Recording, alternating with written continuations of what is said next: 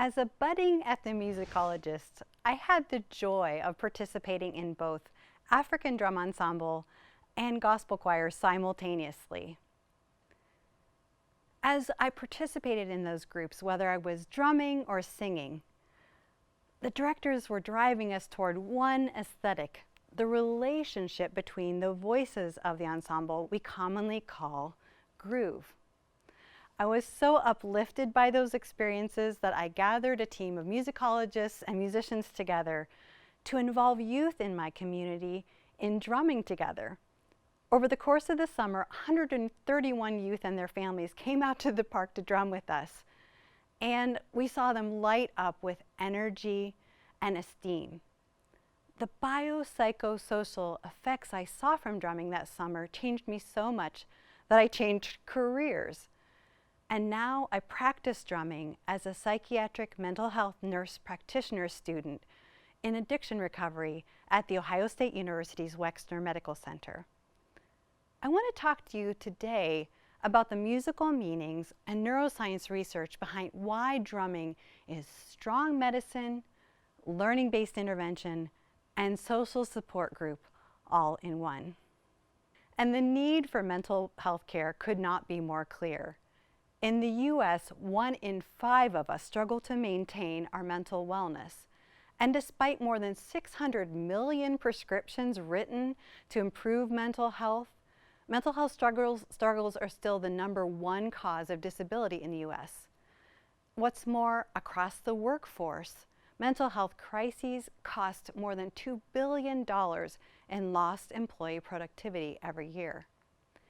In 2013, the director of the National Institute of Mental Health stated that mental disorders are biological disorders involving brain circuits that implicate specific domains of cognition, emotion, and behavior. The good news is that our brains are constantly growing and changing. It's an innate trait we have called neuroplasticity.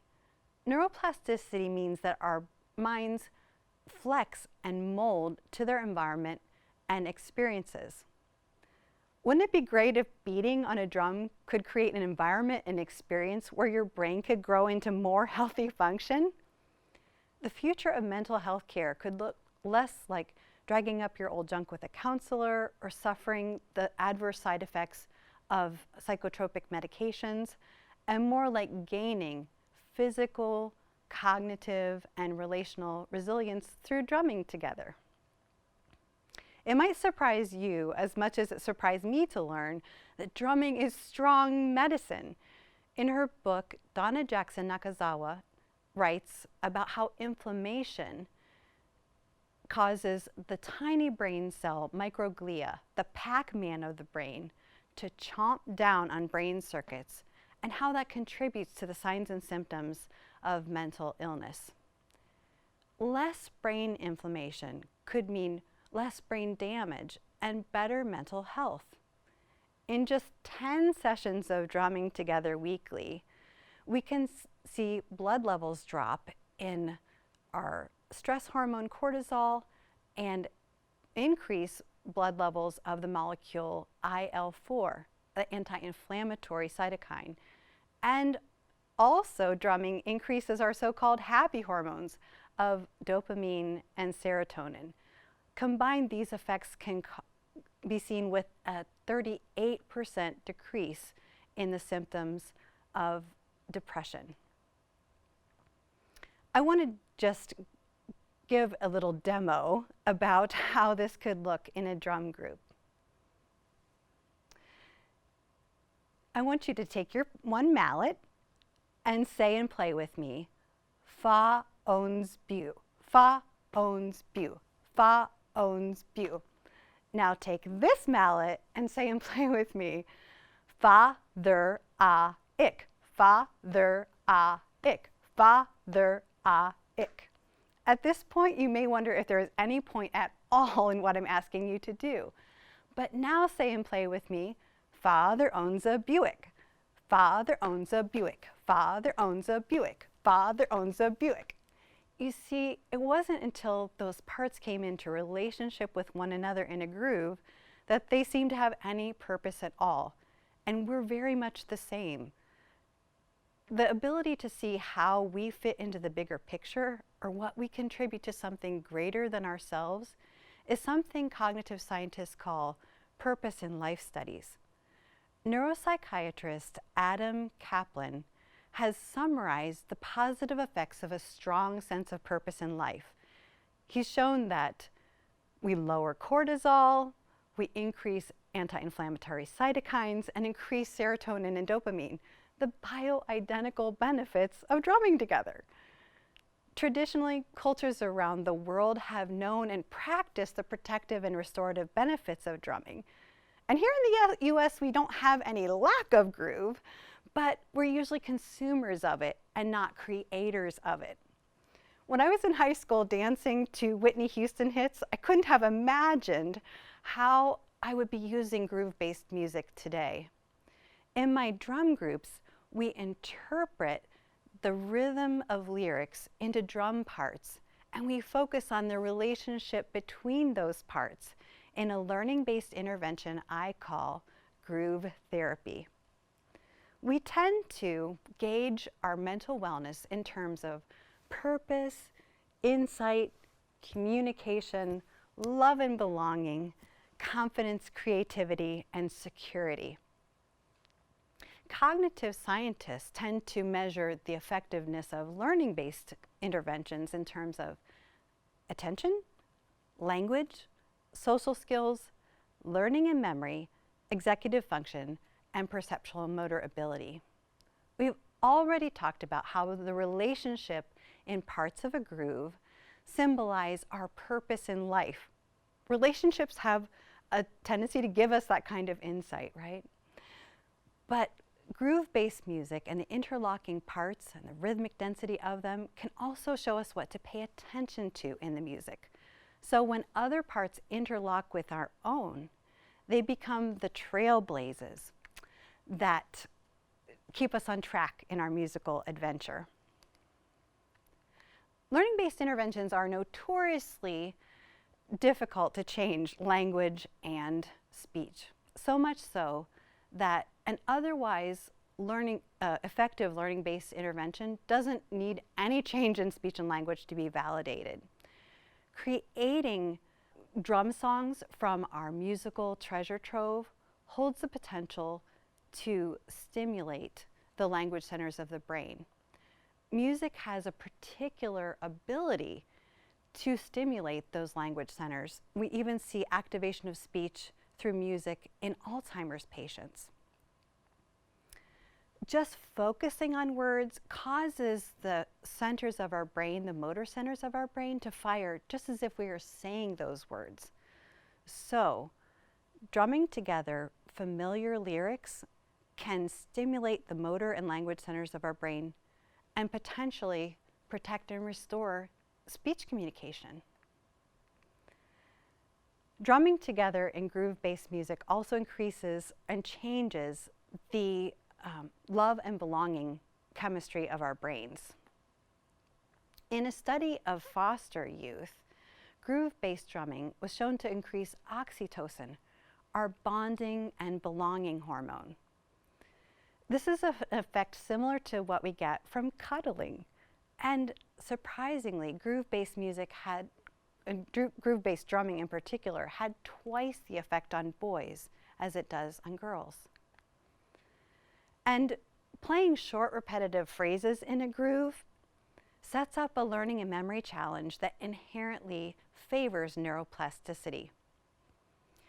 If in a drum group, someone over here is playing on the hand drum, this is an example from Whitney Houston, which we can use. I want to dance with somebody. If someone over here is playing on the hand drum, don't you want to dance, don't you want to dance, don't you want to dance? And someone over here is playing on the bell, I need a man who take a chance. I need a man who take a chance. When the participants of that ensemble change up their parts and their instruments, they're moving between one part of the groove and another part. That sets up this kind of inherent learning situation, or learning as we go, that improves positive emotions and leads to resilience and grit. So playing the repetitive short phrases of a groove is a lot like running the hurdles. as you're making forward progress, you're also learning and fine-tuning or adjusting. So that sense of resilience gives us the grit to jump the next hurdle. The energy that's created by playing in groove-based ensembles also can affect executive function in the prefrontal cortex of the brain. Reduced activity in the prefrontal cortex, decreased activity in the prefrontal cortex of the brain, and decreased volume are associated with the diagnoses of ADD and ADHD and schizophrenia. Again, I'll give you an example of how this could look in a Whitney Houston song. As Whitney's singing, you hear the bass go da-da-da-dun, da-da-da-dun, and Whitney's lyric, don't you want to dance, say you want to dance, don't you want to dance? And all the other musicians combining in the groove, they wind up with greater and greater energy until Whitney's voice catapults into the stratosphere with that creative melisma, woo, woo, and the whole song comes back out of orbit to land safely on planet Earth. And underneath Whitney's fantastic vocal voyage, the pulse tends to take on a life of its own. Those musicians who are playing the pulse move into a sense of flow in their perceptual motor ability. Flow occurs when your brain has a mental challenge and it feels confident in meeting the challenge as it gets real-time feedback and is motivated to keep acting. Being in a sense of flow brings your brain into a state of calm and alpha wave activity and also releases the neurotransmitters, norepinephrine and endorphin. Those are our natural painkillers. Not only is drumming together a great learning-based activity, it's also inherently a social support group. Did you know our brains learn just by watching? You've experienced that phenomenon from the first time baby you saw someone smile. Our mirror neurons learn by watching. When you look across a drum group and see someone moving in synchrony to you, yourself, you downshift your fight or flight response. Regulation of fight or flight is essential in recovery from PTSD and anxiety. I want to take you back to my first forays into groove therapy. As I was prototyping this whole learning-based intervention in drumming, I felt drawn to invite an acquaintance who was a peer addiction recovery counselor. As we finished up our session, I noticed she was sitting alone in stunned silence, and I checked in with her thinking she might be experiencing some type of adverse effect from what we had done together. But she looked up at me through tearful eyes and said, "This is the first time in my life I can remember having absolutely no pain." I thank you for having me talk about this today because drumming is an amazingly accessible activity. For one thing, everybody can move or be moved to rhythm. Drumming is very appealing across a wide spectrum of gender, socioeconomic status, ethnicity, and age. There's absolutely no experience needed to drum together. In fact, the recreational component of it is its particular strength. And there's also no equipment requirement. You can drum on a bucket, a cereal box, a popcorn bowl, and where safety is a concern, even body percussion is a perfect option.